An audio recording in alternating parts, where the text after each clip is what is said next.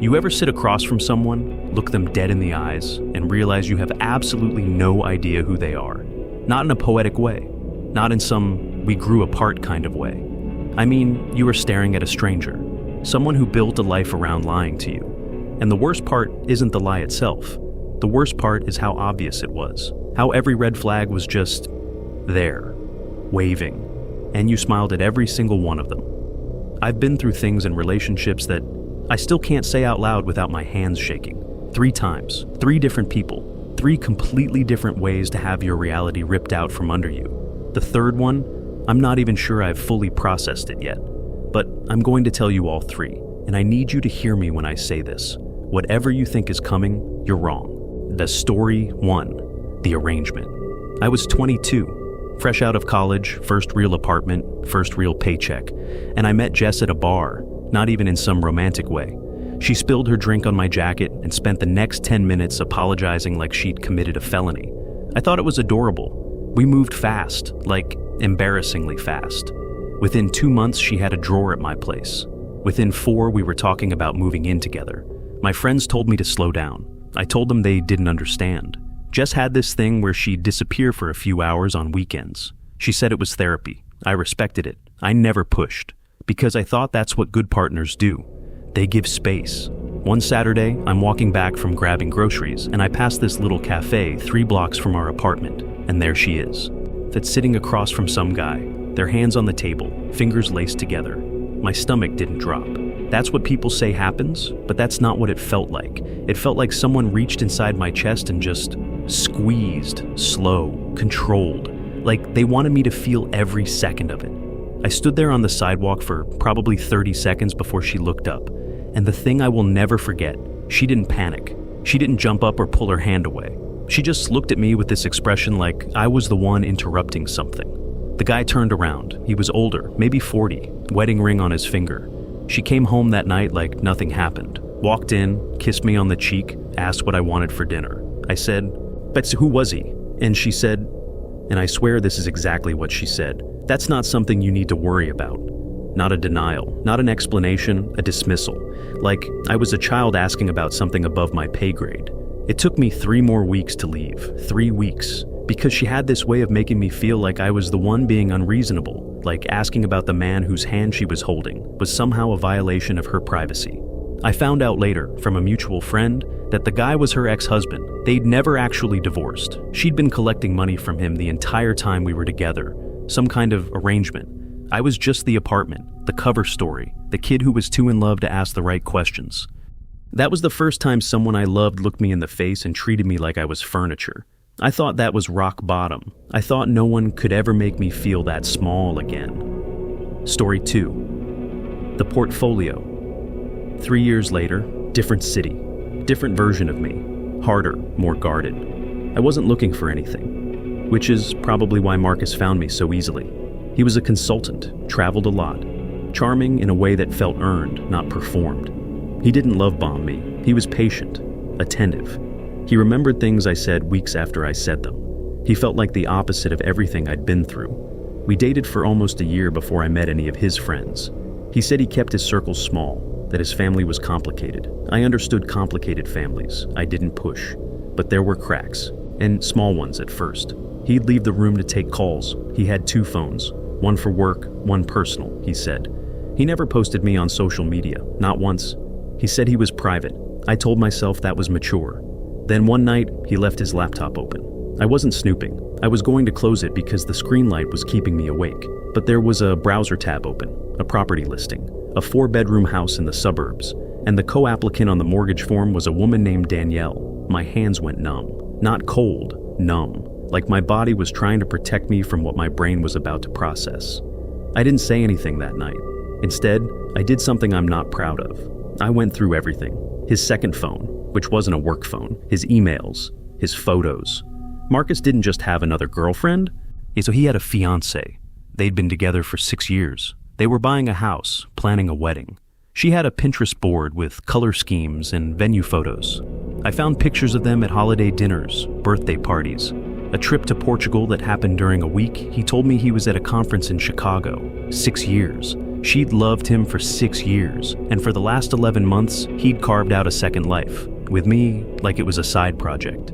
Tuesday and Thursday evenings, every other weekend, just enough to feel real. I confronted him the next morning, and here's the part that still makes me nauseous. He cried, not because he was sorry. He cried because he was scared of losing both of us. He actually said that, both of us.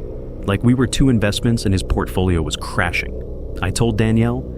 I found her on social media and sent her everything. Screenshots, dates, locations. She didn't believe me at first, called me a liar. Then she went quiet for 3 days. Then she sent me a message that was just 2 words. Thank you. Marcus tried to contact me for months after. Different numbers, different emails, always the same message. That I ruined something beautiful. Beautiful. He called the wreckage beautiful. That experience taught me something ugly about myself. It taught me that I could look at someone who was destroying me and still hesitate to walk away. That even when the evidence was right there, glowing on a screen at 2 a.m, some part of me wanted to close the laptop and go back to sleep. But even Marcus, with his double life and his 2 phones and his rehearsed lies, even he wasn't the worst. Because the worst one didn't lie to me about who she was. She changed who I was. Story 3. The Compass. Last winter. I'd been single for a while, intentionally working on myself, going to therapy, finally feeling like I had solid ground under my feet. Then I met Ava at a friend's dinner party. She was magnetic, the kind of person who made every room feel like it was leaning toward her. Smart, funny, disarming. She had this laugh that made you want to be the reason for it. We started slow. She respected my boundaries. She even encouraged them. She said all the right things. Take your time. I'm not going anywhere. You deserve someone who's patient. I remember thinking, finally, someone who gets it. The shift was so gradual I didn't notice it happening. First, it was small suggestions. Ankle, you should probably skip drinks with your friends tonight. You seem really drained. Caring, right? Thoughtful. Then it was observations. Have you noticed how your friend Sarah always makes everything about herself? I just worry she's not good for you. I hadn't noticed that about Sarah, but once Ava said it, I started looking for it. And of course I found it. Because when someone tells you to find a flaw, you will. Within 3 months, I'd pulled away from most of my friends. Not because Ava told me to. She never told me to do anything. She just rearranged my perception. Quietly, precisely. Like someone rearranging furniture 1 inch at a time, so you never notice the room is different until you can't find the door. She had access to my phone, not because she demanded it. She gave me hers first. I have nothing to hide, she said. Don't you want that kind of openness? So I handed mine over. And then came the questions. Who texted me? Why they texted me? Why I took 11 minutes to respond to her, but responded to a coworker in 3. My therapist was the first person to use the word, isolation. She said I was being systematically isolated. I almost laughed. I told her Ava wasn't controlling. She was attentive. My therapist asked me when the last time I made a decision without checking with Ava first was. I sat there for a full minute trying to think of one. I couldn't. The breaking point came on a Tuesday. Ordinary day. I was making coffee and my phone buzzed. Old college friend, someone I hadn't talked to in months, asking if I wanted to grab lunch. Just lunch. And my first instinct, my very first thought, wasn't about whether I wanted to go. Yeah, it was about how Ava would react. That's when it hit me. Not slowly, not like a dawning realization. It hit me like a wall. I was afraid. In my own kitchen, holding my own phone, I was afraid of the person sleeping in the next room. I left that week. It wasn't dramatic. There was no screaming, no confrontation. I just packed a bag while she was at work and went to my brother's place. I left a note, 3 sentences. I couldn't do more than that because my hands were shaking too hard. She didn't rage. She didn't threaten. She did something worse. She became the victim. She told our mutual friends I'd abandoned her without explanation, that she'd given me everything and I'd thrown it away, and some of them believed her. Because that's the thing about people like Ava. They don't look like what they are. They look like everything you've ever wanted. It's been 4 months. I still check over my shoulder when I leave my apartment, not because she's following me, but because she rewired something in my brain that I'm still trying to undo. She didn't break my heart, she broke my compass. And I'm still figuring out which direction is north. 3 people, 3 completely different versions of the same lesson. That the person lying next to you can be the person you understand the least. I used to think the worst thing someone could do in a relationship was cheat. Now I know that's not even close. The worst thing someone can do is make you forget who you were before them. If any of this hit you, and I mean really hit you, in that place you don't like to talk about, drop a comment. Tell me which story stayed with you. I read every single one. Now hit like if you made it to the end. Subscribe to Readloop because trust me, I have more stories, and they only get heavier from here. Take care of yourselves, and pay attention to the people who tell you not to.